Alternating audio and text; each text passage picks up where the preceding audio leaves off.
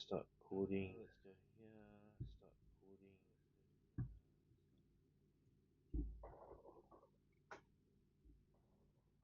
So yeah, I just wanted to start this video because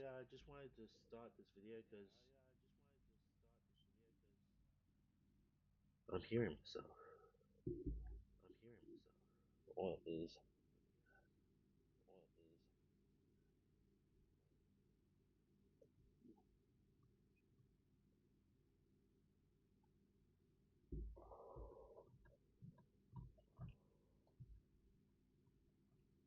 Oh, I've got my Twitch open. Okay.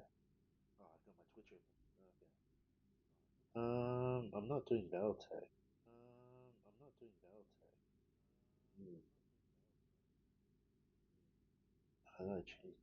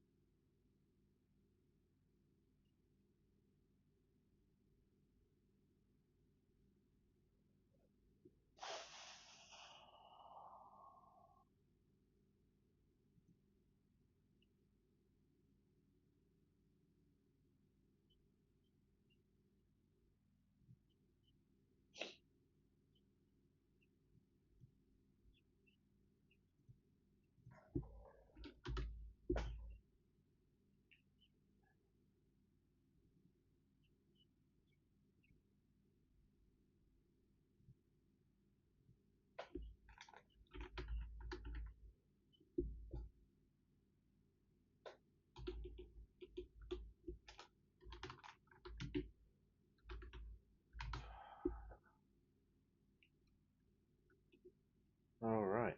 So, RL.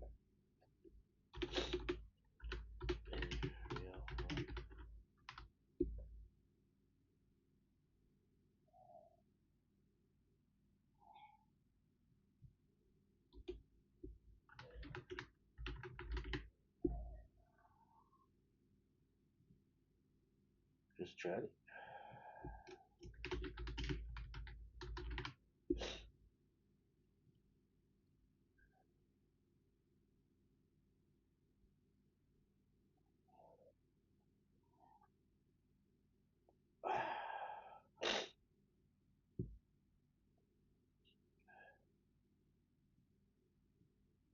All right.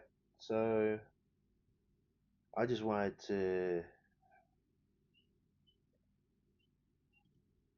talk today just because I just joined One Nation, which going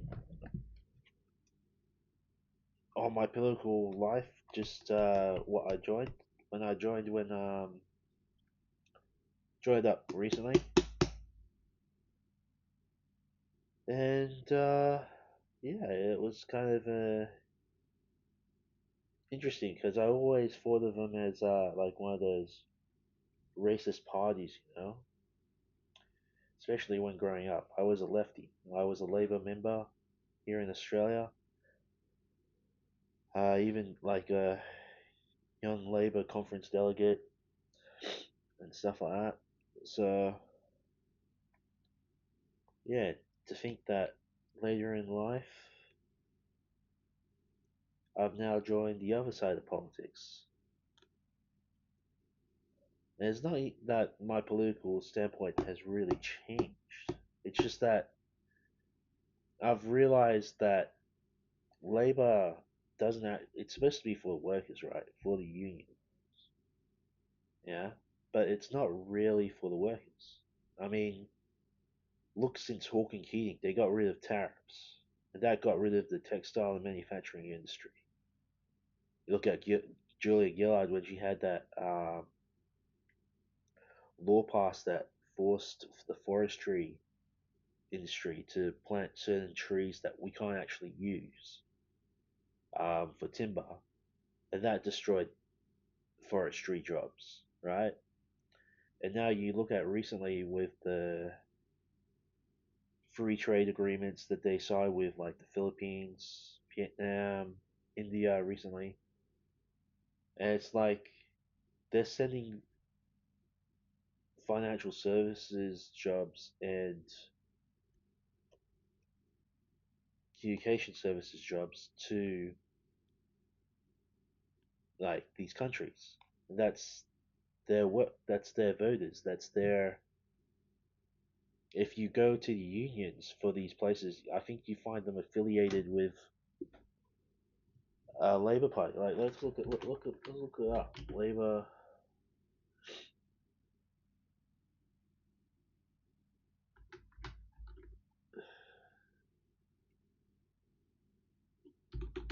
Let's go Australian Labour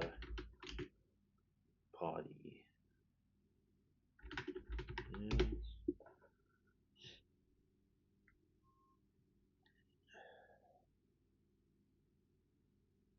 Uh,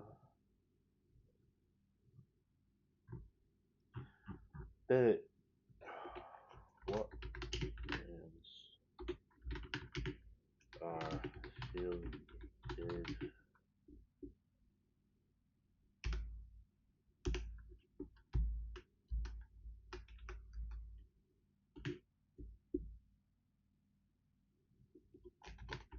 Make sure it's Australian because you don't want to go. I know there's Labour parties all over the world, so I don't want them to get mixed up.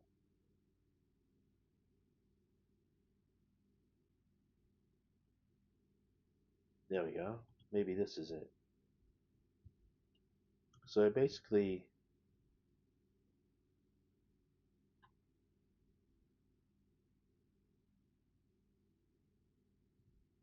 affiliates. There we go. Australian Services Union. Like the Australian Manufacturers Workers Union. Like, what are you doing? Like, this is the party that got rid of tariffs. They got rid of a lot of the things that your workers rely on to job security, right? Now, saying tariffs are a good thing for Australian consumers, sure, that's good. But then ultimately it's bad because then the Australian consumer doesn't have the high paying, safe manufacturing jobs that it had before. Like we had multiple car companies in this country. Now we have none. You know, the communication is that the Communication Services Union? Because they just signed a free trade agreement with India, sending your jobs over to India. Oh, that's postal. Telecommunications, like call center jobs. If that's the call center jobs, then you know what are you guys doing?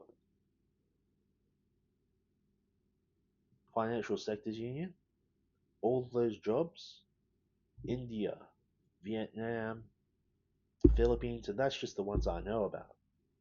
All of those jobs made your union members have less job security. Why are you supporting a party that gives your union members apparently your bread and butter, your reason for existing, right? Is to protect those jobs, to protect your union workers' jobs. They're not going to be part of a union that they're no longer working in that industry. So if they lose their job, they get a job somewhere else. They're not going to work in, and say they don't get a job in the finance sector. They're not going to be a member of the FSU. Still, if they're going to be, if they still believe in the union movement after that, after what you did, they'll be a union member for that particular industry. They won't be a union member of the financial sector union still. So it's like, what are you doing, right? You're stabbing yourself in the foot. You got to protect your base. Your base is your workers in that particular sector, and you have to ensure that those jobs are in Australia and they remain in Australia. If the party that you're affiliated with is all of a sudden signing off those jobs to another country, you should do everything in your power to stop that. If that means protesting, if that means saying that, hey, we're no longer going to be associated with you, then do that. Do that. You know, maybe it wouldn't have stopped the signing of that free trade agreement. You know, but at least you would have been seen as trying to protect your union members' jobs, right? Which once again, you need to sustain yourself with the union fees and stuff like that. So it's like, you know,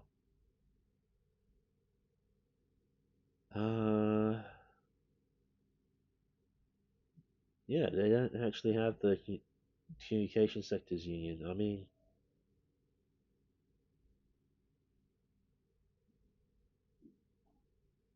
I guess that's no. This might be the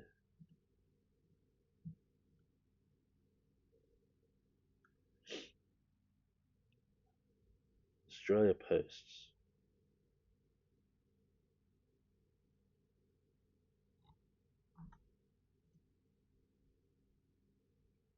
So, oh, this is media.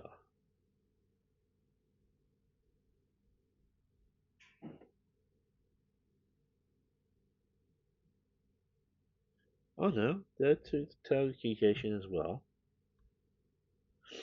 Are they? Or just oh, they're just so if you work for telco, then that's your job. But if your job is to be call center staff, that's not you. Oh, okay. Yeah, I just think okay. So that's not a union affiliated with Labour. At least I like if it is, by all means, tell me guys. But yeah, it just to me it just got me a little bit frustrated because uh,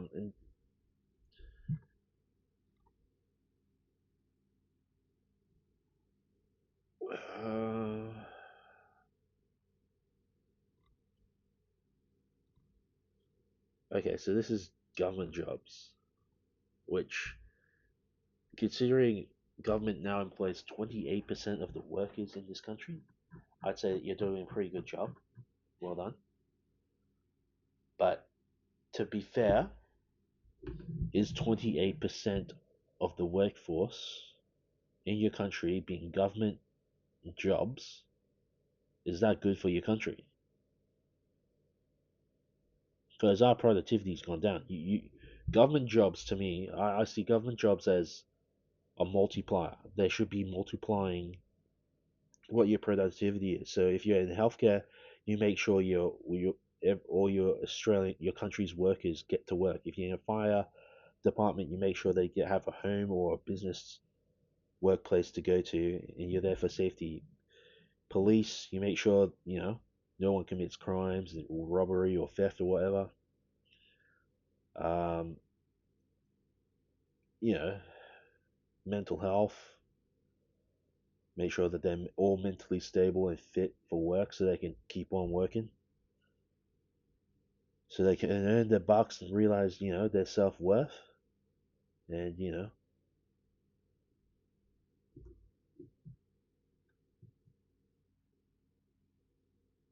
call centers, there we go. So this is call centers. Okay, 135,000 members. I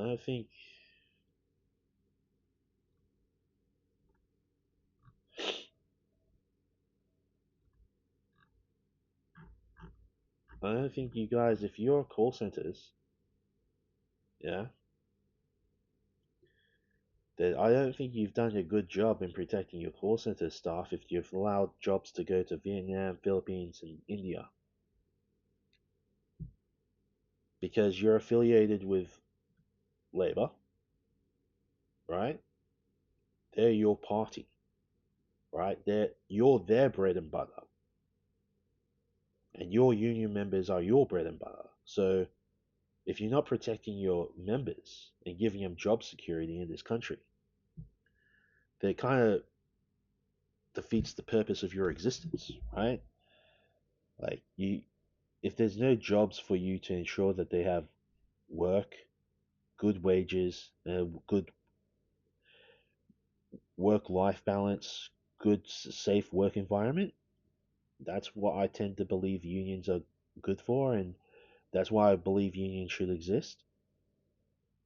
If you're not doing that, you can't do that if you don't have any workers, right? So if they're going to offshore all these services and all these jobs, like they did with manufacturing, how are you going to sustain yourself? How are you going to like validate your existence? I don't understand it. So that's why I've gone ahead and joined the One Nation, which, to be fair, they care more. Their big issue at the moment is immigration, but they tend to be taking on a more nationalistic approach, right, to things. And I trust them more protecting Australian jobs than I do not only these unions, because either they didn't know or they did know and they didn't care about protecting their members, but they also didn't go ahead and protect their workers. They're the Labour Party, right? That's their job. Like that's their base. Workers of Australia. Like, and you're exporting Australian jobs to overseas. That should be against your political ideology. Your political purpose is to protect Australian jobs. If you're not doing that, then you're no longer the Australian Labor Party. And I just think, yeah, that's why I've one of the reasons why I've joined the One Nation Party. I've actually become a signed member, got my membership card today, and yeah, I know a lot of other people. They might not be as drastic as me as joining and putting my money where my mouth is, but they're showing their support with One Nation. Um, and you see this all around the world, right? It's not just Australia. There's a lot of nationalist parties that are gaining in popularity. And they're, oh, we gotta defeat the popular movement. No, the popular movement, if you're in a democracy, the popular movement is your people, right? That's the whole point of democracy. You shouldn't be fighting that. You should be listening to that as a party, as a party within a democracy. You should be listening to the people and seeing what they want and they need. Yeah, you shouldn't be denying it. You shouldn't be, oh, that's not it. That's not the problem. No, you should be listening. If they've got a cost of living crisis and you've had a government department who, by I think by Australian law, um, means that they have to give factual evidence. They can't give incorrect reports.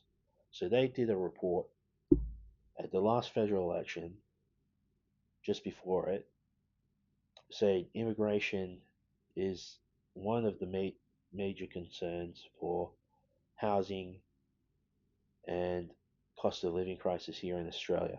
They didn't say it's the single reason, they said it was the major reason. So if you want to solve cost of living and you guys want to solve the housing crisis, you have to address immigration. Then you can focus on the other issues. But unless you want to really get ahead and really fix this problem, you have to solve immigration. Now, that's, you know, another reason why I joined One Nation. is because they're the only ones I can trust to cut immigration. Because the Labour Party has this big Australia idea. Also have this idea that a lot of foreigners tend to vote for them, so they see it as like they're bringing in voters for them, basically, right? Whereas the Liberal Party, the reason why Dutton did the reversal is the way I see it. They see it as a way of stagnating wages, and that would be because more people means more employees, meaning job employers have a lot more people to select. Thus, they don't have to give you so many benefits or so much wages to apply for their job because the worker would be desperate then to get a job. Whereas I remember back in Howard's time when unemployment was less than 3% and you had wages increasing because there were a lack of workers. And then mass immigration started in 2006, but it gradually increased every year since Howard got into power in 1996. And yeah, it was just bigger and bigger amounts of people coming into this country. And I'm not against immigration, but I am against mass immigration will probably be good for like a year or two, but having it over a period of what is it, 2006 to 2026, that's 20 years. And we did have that brief gap of COVID, right? But if you look at it, how many people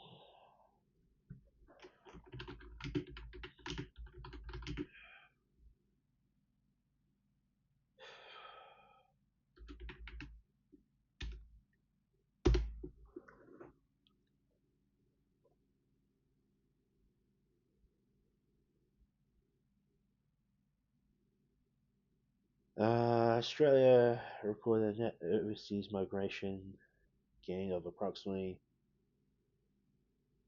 financial period, according to Australia. This follows.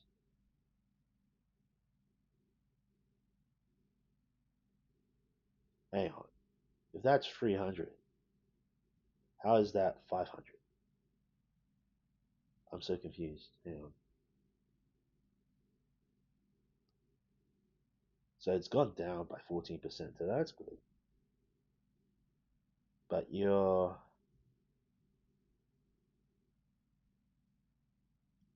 you had 600,000 people over 2 years. Wow.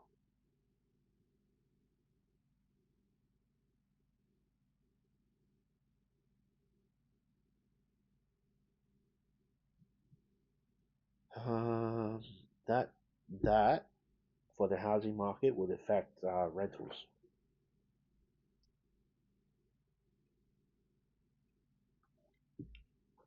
because universities aren't made to accommodate all those foreign students. So they get rentals or share houses, and that increases rent. So yeah, if although I know Party has come up with this policy, my idea would be to not because they're not going to get 100% straight away. It takes time to build buildings and accommodation. What I would do is I would usually these universities are near train stations or public transport or something like that, right? So what I would do is I would designate areas, all train station areas as potential high density residential areas. So like big massive block buildings where you can put students, right?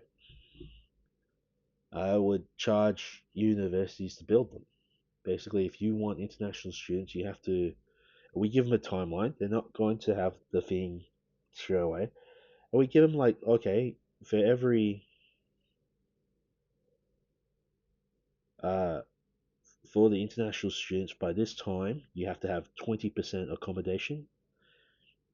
By this time you have to have 40%, whatever. And what it means is eventually try and get them to eventually have 100% accommodation for their international students. And that would mean that they wouldn't be affecting the housing market, the rental market, meaning those houses that are available for rent would be available for people that live here or, you know, holiday makers or temporary skilled workers, you know, because international students, I don't know if, yeah, I'll show you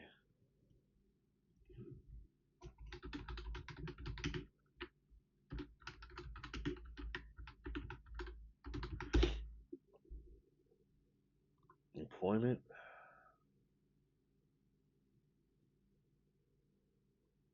education, and training. Our third biggest thing, I would say. And yeah, it literally says top service export, attracting hundreds of thousands of international students to local institutions. So I wouldn't do anything to hurt that because that is our country's bread and butter. Like that's it. We don't really get much from mining because that should be our bread and butter, but we don't because 86% of our mining industry is owned by foreign companies. 44% or 48% is worker based.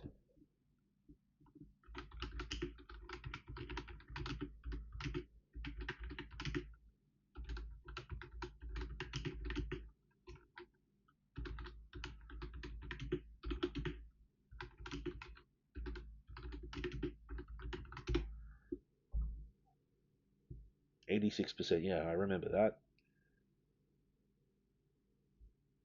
So what that means is tax wise, usually countries have deals, yeah, but so tax wise, most of those taxes will probably go overseas. But also, those companies are foreign owned, so shares, right? So they're not helping Australian retirement or superannuation funds. So yeah, sectors capital or shares abroad, right?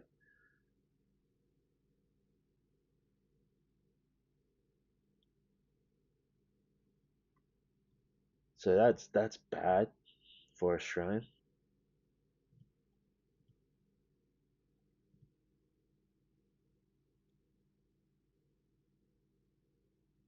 Only 2% of the labor force, so only 270, and that was in 2021, mind you. Um, but how many workers are foreign?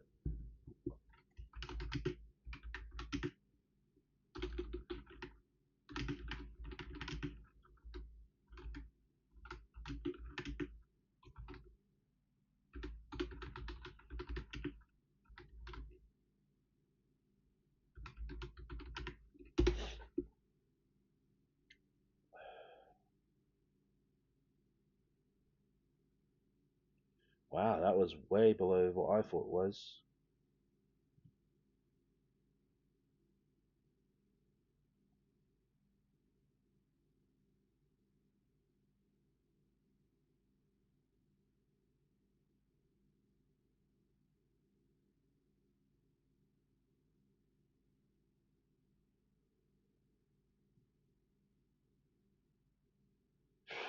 314. So that 200, that might be a more up to date one. 2026. So that this one, where is it?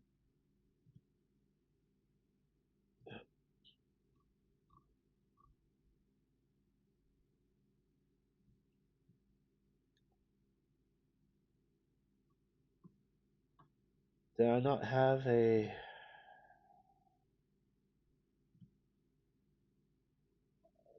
thing before with the workers?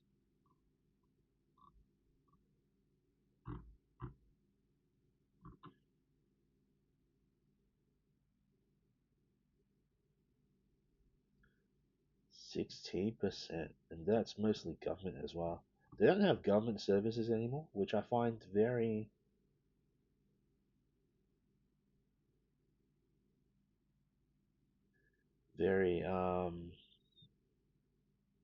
deceptive.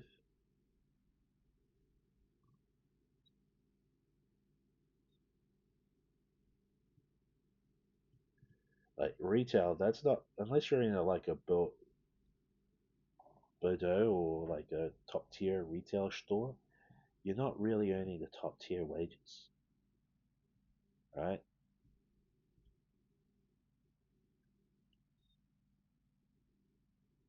This will be a good industry to work in.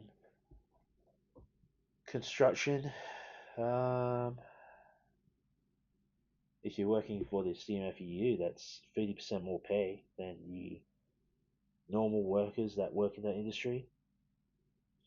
Which good on them, good on them. They were able to get that, but that is so corrupt though, right? Because it's destroying every worker wants to go work for a CMFU job, which once again, good on the union to make themselves look attractive and become attractive to workers, but that destroys this type of industry here because you know 16%. Wow, and that's growing because of NDIS as well, and we know that there's massive rorts in the NDIS at the moment.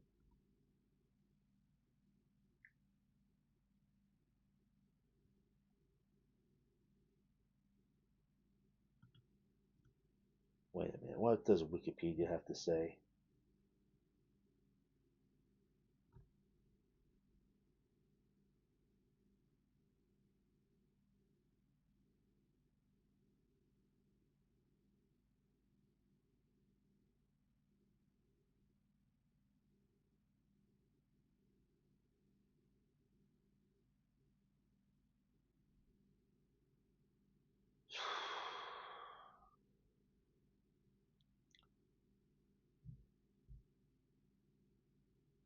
1.9 trillion. Jeez. I remember when we were 1.4.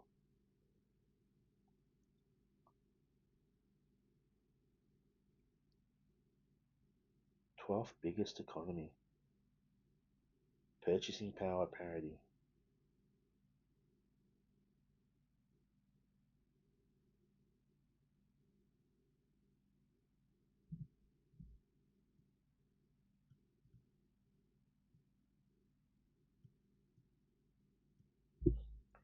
73,000 dollars. Wow.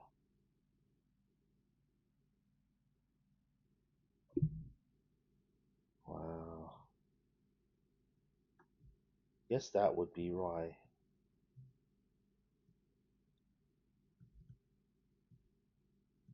Purchasing power per person. That would be like the wage.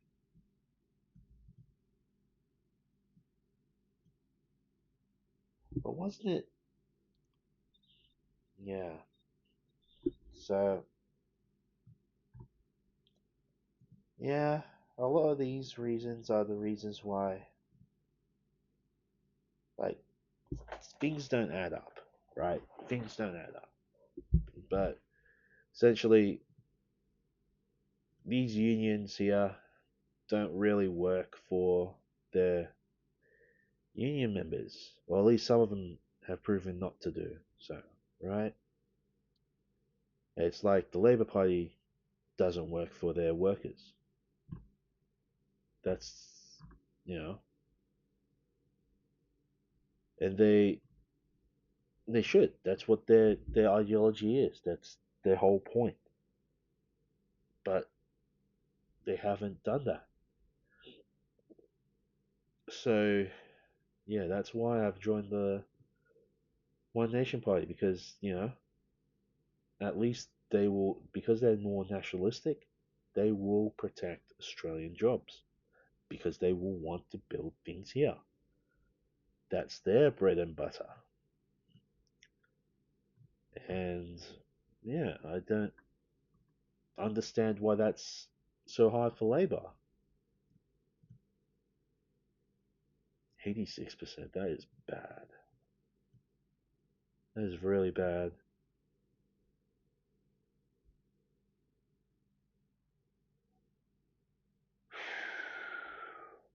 But at least this isn't as high as I thought it was. I thought it was 44%. But yeah, 300,000.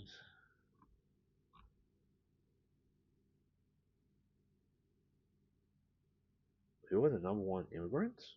What? What percentage of Muslims are unemployed in Australia? Why would someone care about that? Huh. Number one, born in India. Ooh.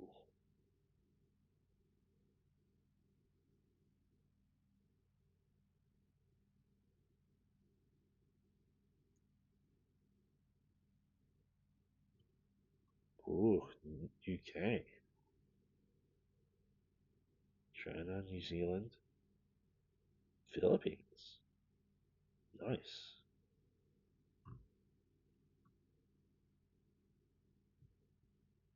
Yeah. They come over here for the jobs, but then we send them back over there. Well, it's like, damn, I should have just stayed in India. Why? In the Philippines, I think, yeah, we do have an agreement sending jobs over there too. So it's like, oh, why am I leaving to come to Australia to get jobs, but you're just sending them back to my country? Whoa, what? Yeah, so like, welcome, but yeah, it's not going good if we're sending our like servicing jobs over there, call center jobs over there, and it's the Labour Party that does it. Like, you could understand the Liberals, right? Because they're anti-union, they're more for business, they're more for profit than they are for Australian workers. But the Labour Party is supposed to be for Australian workers. And if they're not doing it, then who can you trust? Well, you can trust the Nationalist Party to take care of you. That's where I've gone. If you have any other possible options, by all means, put your option in the comment section. But yeah, I just thought I'd do this video because it's very, very frustrating, and I was a little bit over the place because I haven't done one of these videos before. If you look at my video history, I'd mostly play games. But yeah, it's frustrating. It's frustrating because I was a Labour member, and this was my party, and now they're no longer that party because I don't feel like they represent the workers anymore. So I kind of feel lost. I've kind of put my trust in One Nation, and I hope they don't break that trust. But I am putting my money where my mouth is because I think this country needs change. If the Labour Party is not protecting workers, and they haven't done so in a while, who else will? We need the workers of Australia need that. They've had stagnated wages for almost 20 years. The cost of living crisis is a major problem in this country, and it's not getting better.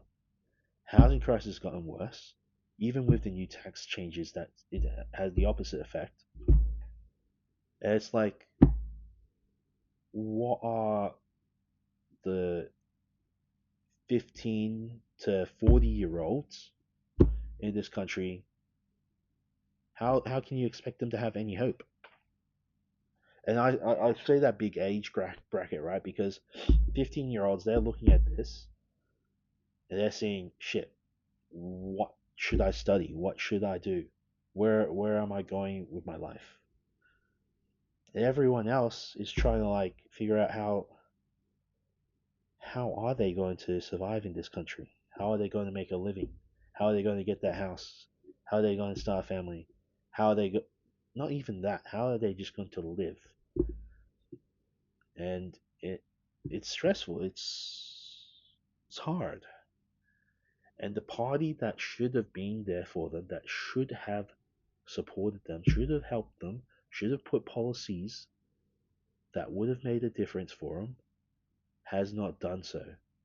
They've gotten on, people have voted for them. I'm one of those people.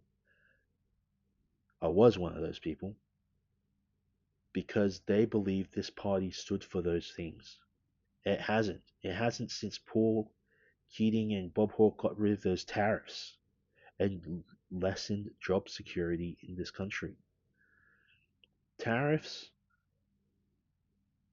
if you're a globalist, are a bad thing. If you care about profits and being able to offshore your jobs and go wherever it's cheapest and make the maximum amount of profits, that's a good thing if you get rid of tariffs.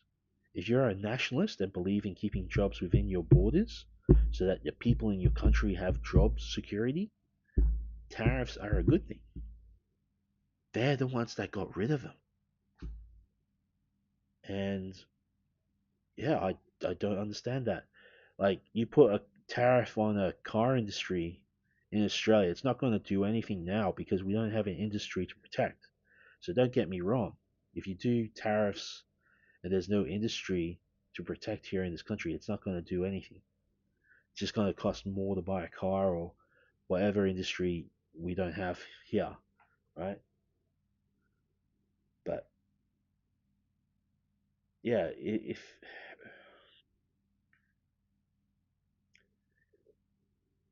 so, I'm hoping for One Nation. I hope she wins it. I hope she brings change, and yeah, maybe I'll do more better videos in the future about this because yeah, there's a lot to say. Yeah, like, to be honest, I'm hoping, but there's already things that I don't think she's doing that she should be doing. Like, she just announced the Victoria. Well,